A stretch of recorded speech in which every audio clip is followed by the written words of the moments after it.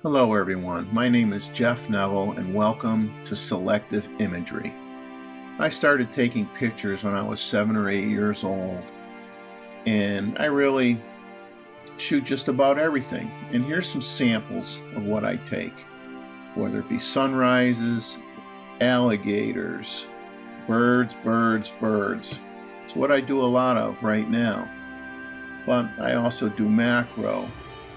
I'll do small animals, and I'll do street photography, and I'll use my old cameras to take some black and white photos with. So here's a sample of one of my cameras coming up. So I'm a generalist, but right now I'm focused a lot on wildlife and birds in particular. So I hope you enjoy my channel, and let's get right to the show.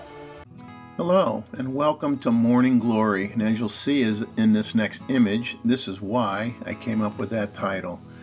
When you get up early to take wildlife pictures, this makes you feel you're going to have a good day. And we move on to a little video watching the surf roll in with a little bit of tinge of the color from the sky, and it just gives you that good feeling.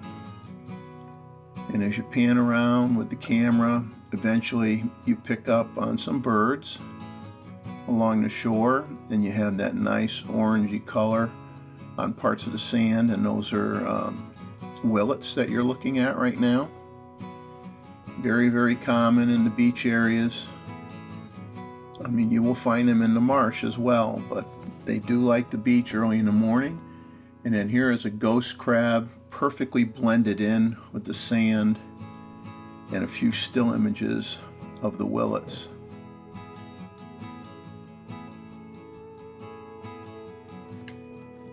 They grow to about 14-16 inches long, and I like this one with the light on the beak, a little bit of orange tinge on the beak. And another quick video clip here.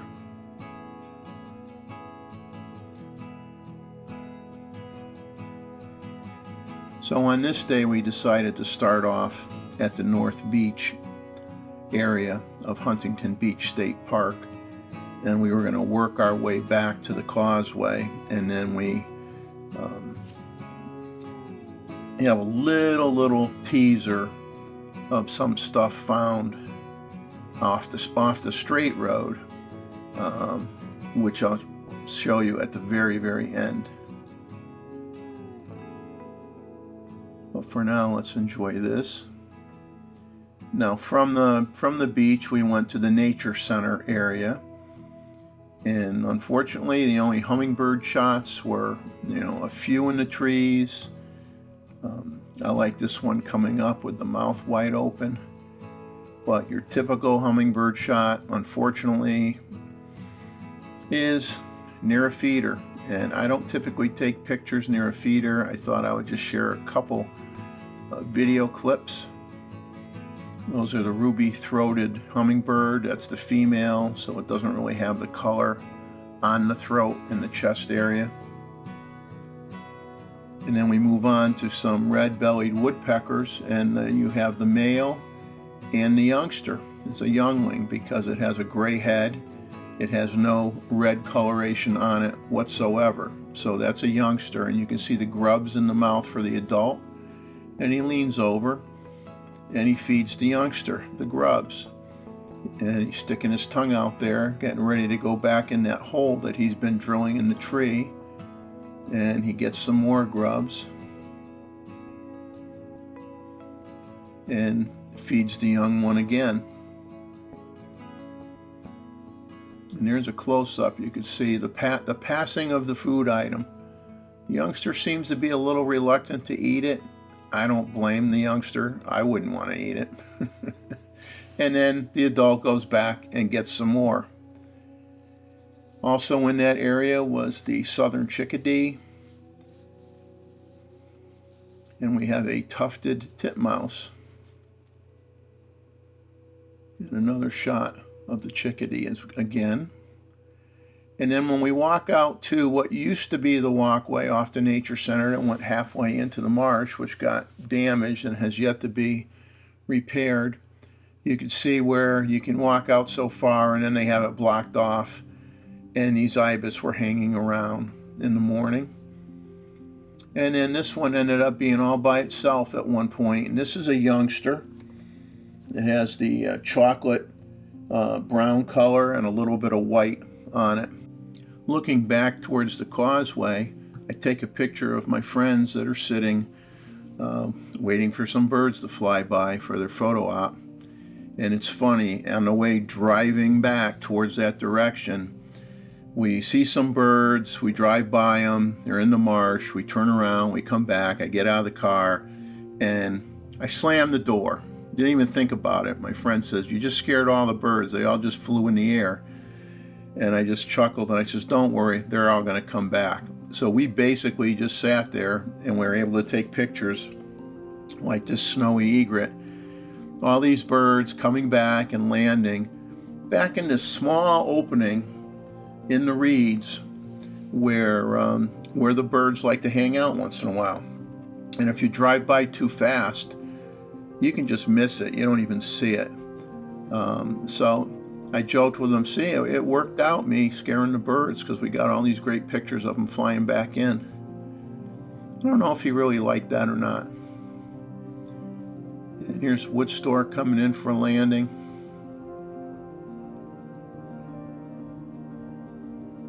I'll tell you, they don't have a problem landing on someone either, so they're big birds. Somebody better get out of their way. The snowy's coming in for a landing. Great egret. Another snowy shot coming up. I like it with the green in front of it. And then eventually we do get to the causeway and we see a little blue heron. A couple shots of that. And then in the same grassy area on like a little sandbar, a tricolored heron shows up. And then we have the gang of wood storks that have been showing up lately, which is nice, along with a group of our favorite Rosetta spoonbills. And here the storks get joined by a great egret and a great blue heron. And the great blue heron eventually takes off, followed by a little blue. Here's a snowy egret shot I like, where it's skimming the water as it's landing behind the grasses. Here's a short video clip, and the thing to watch in this clip of the snowy is the thumping movement of the leg. And you've seen that in some of my other videos, and they just kind of stir up the bottom, hope to either, scare something that's in the mud, make it swim away, or there could be some grasses down there with some fish hiding in it, and it's just trying to, move its feet around to see if it can get a food item to get in range where it can get it. So we'll sit here and watch this video for a minute.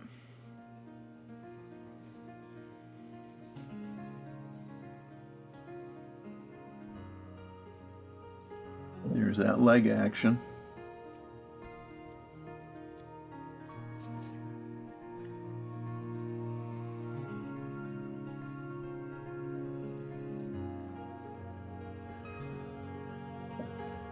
Doesn't seem to be having any great success finding anything, though.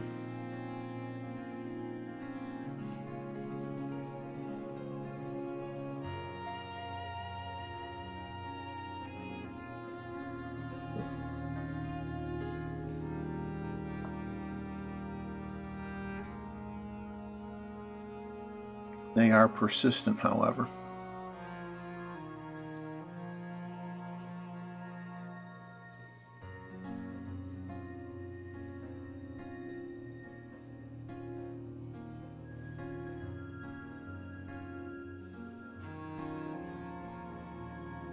That little bit of grass that you see on the right hand side of the image is what we were nicknaming Gator Island, but as you could see, the grasses have grown really high. The grasses and the reeds have grown really high in there, and the gators have not laid down on that island in quite a while.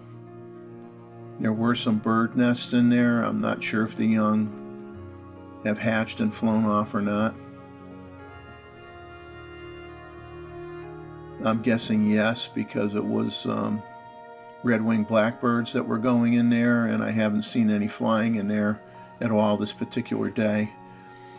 And here's a seagull. It's interesting. It sees something in the water, and I just see it as a little orange dot. You can see it here in this image. And whatever that was, it grabbed it and took off with it. But I really don't know what it ate, what it got. Here's a great egret in flight. And then we'll have a few pictures of some snowy egrets coming in. And what I like about this is the background color, is the coloration of the water. I mean, that makes a picture as well. And in this case, I intentionally darkened the background to give us a different effect with the brightness of the bird. And here's a snowy flying in, a few more pictures of another snowy flying in.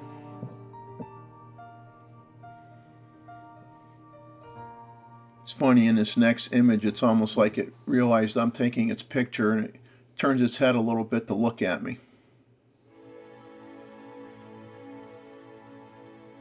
Here's a few still images of that snowy earlier that I had in the video. There it goes, sticking its head in, trying to get something. Now, had a really unique opportunity here with a barn swallow. They normally don't sit still for more than 2 seconds anywhere. This one basically landed on a stick extremely close to me, and I could barely get focus. Now, the minimum focus distance on the 800, I think, is about 16 feet. And I don't know how I focused on this, because I guarantee you I was not 16 feet away from this bird. So I don't know how I got it at all. And I shot it at numerous f-stops. So I shot wide open, and if the bird was facing me wide open, usually either the face would be sharp. In some cases I had throwaway photos because the feet were sharp. You know, no depth of field really. Eventually I shot at f8. I shot at f13 to get some better results. And so you're seeing a grouping of still images. And now here's a cute little video that I think you'll enjoy, where it's really flapping its wings like crazy and grooming itself. And it put on a show, and it actually flew off eventually. And then within 10 minutes, it came back and landed on the same exact branch and let us take more pictures of it. So that's something that's never happened before. They do not, you know, and there were 3 of us standing there. They're usually very skittish, and they don't stop and entertain you. So I may never get the opportunity to get something like this again, because anyone who knows anything about either tree swallows or barn swallows knows that they're pretty much in constant movement all the time.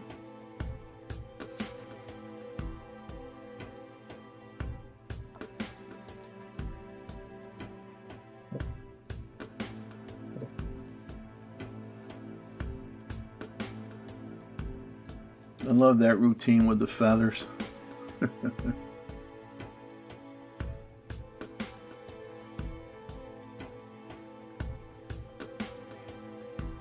And this is, you're watching this at 50% reduction in speed, slow motion.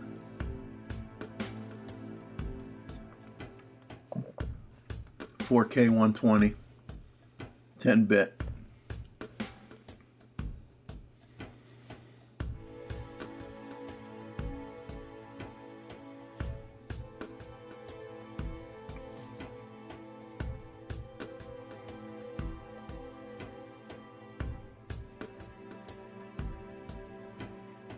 Realize this clip's a little bit on the long side, but for how often you're getting an opportunity to see one of these birds entertain you, I figured it's worth having you sit through it. You can always skip ahead if you want.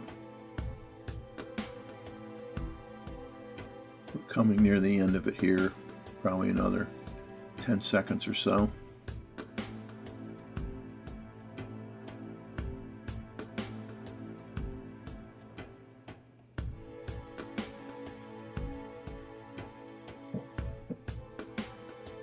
Here's another shot of the wood storks, and then these subsequent shots coming up, a wood stork is flying right at me. And it's funny, you know it's farther away than what you see looking through your camera with the 800, but sometimes you're like, is this bird gonna, like, stick its bill in my chest, because it's really coming right at me. And here's a snowy dropping an eel. It's reaching down trying to get it, and of course, it does save the day and catch it before it can swim off. And a lot of activity with wood storks flying by, and if you look at some of these shots, the wings, you could see like a green tinge in them, a green coloration. That was in the first shot of the series here, and here you go, you can see it real good in this shot. And most people don't realize that they have that green coloration in their wings, but the light has to be hitting it a certain way in order for you to really notice it. And here you can see, you don't see it from underneath as much. You really only see it when the wings are in the downward position. Then it shows up. And here's a gator that was near a snowy, and there were people watching and freaking out, and they're like, why doesn't that bird get away from that alligator? Why doesn't it get away? They'd be amazed at how many birds will stand right next to numerous gators. But the gators want the ones that aren't healthy. And here's just a quick video clip of one osprey that we saw this day. But basically, the gators do not often go after a healthy bird. I mean, there has to be something wrong with it, or it's getting old, because they're opportunistic feeders. They don't want to work any harder than they have to. And it doesn't do them any good to generally go after healthy birds, because they want those birds to have babies, because they're always hanging out underneath the nests in the trees that overhang the water, hoping that a baby will fall out of the nest and they can take advantage of that situation and get a quick meal. So it's kind of like a symbiotic relationship. The gators will eat them, but not as a normal course of action. And in a second here, this osprey is going to do we call it a fake dive. Or may have already done it. I might be a little bit late here. No, there it is. Fake dive coming up. Never hits the water. Pulls up the last second. Now, here we are, what we call on the straight road in a freshwater pond, and I heard a splash, and the small gator gets this crab, and that's not a blue crab. It's some other type of crab. It almost looks like a stone crab or something, but I'm not really sure. And this gator's probably a year old. It was probably a baby last year, because it's not really huge. But you're going to see a video coming up, and I intentionally cranked up the volume, because this gator doesn't have real long teeth yet. And you might think, gee, isn't that kind of being aggressive, trying to get a crab when you're really not that big of a gator yet? But you will be surprised as to what this gator is capable of at its current size. Definitely not typical.